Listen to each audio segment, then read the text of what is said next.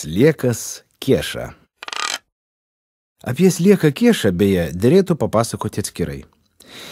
Kieša buvo paprastas eilinis žemės kirminas ir visiškai nesistengė pakilti į aukštumas kaip koks vabalas ar varna. Vabalai mat visai kas kita, jiems svarbu užsiropšti kuo aukščiau ir ten aukštybėse sugraužti visą, kas tik aukštybėse būna gražiausia.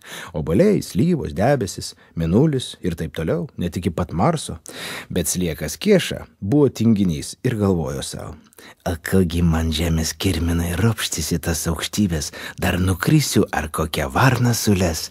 Geriau jau aš čia po žemę ropinėsiu ir lauksiu. Mažu koks obuolys, slyva, debesis, mėnulis, o gal net koks Marso gabalas nukris." Ir teisybės dėlei reikia pasakyti, kad kartais, o ypač rudenį, taip ir atsitikdavo. Nukrisdavo tai obuolys, tai dar kas. Kartą, tiesa, buvo nukritęs ir mėnulis, bet paskui atėjo pasaulio pabaiga, o tai jau visai kita pasaka.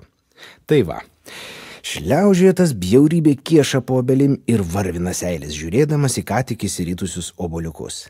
"Na, palaukit jūs man, nunoksit, nukrisit, va tada aš jau jūs ir suvalgysiu, it kokius abrikosus."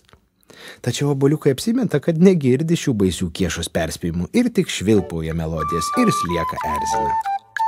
Atskridęs strazdelis, leliumoj, Suvalgė Sliekelį, leliumoj, suvalgęs Sliekelį, leliumoj, skaudėjo pilvelį, leliumoj, skaudėjo pilvelį, leliumoj, strazdelį kvailelį, leliumoj.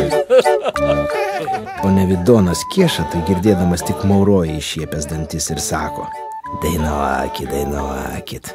Ateis valanda, kai aš dainuosiu, jūs valgydamas." Paskui Kiešai nusibodo mauroti ir įsilindo į žemę iki pusės kaip koks kurmis. Paviršiuje liko tik odegytė, kokių 2–3 centimetrų. Tolumoj švito švyturys.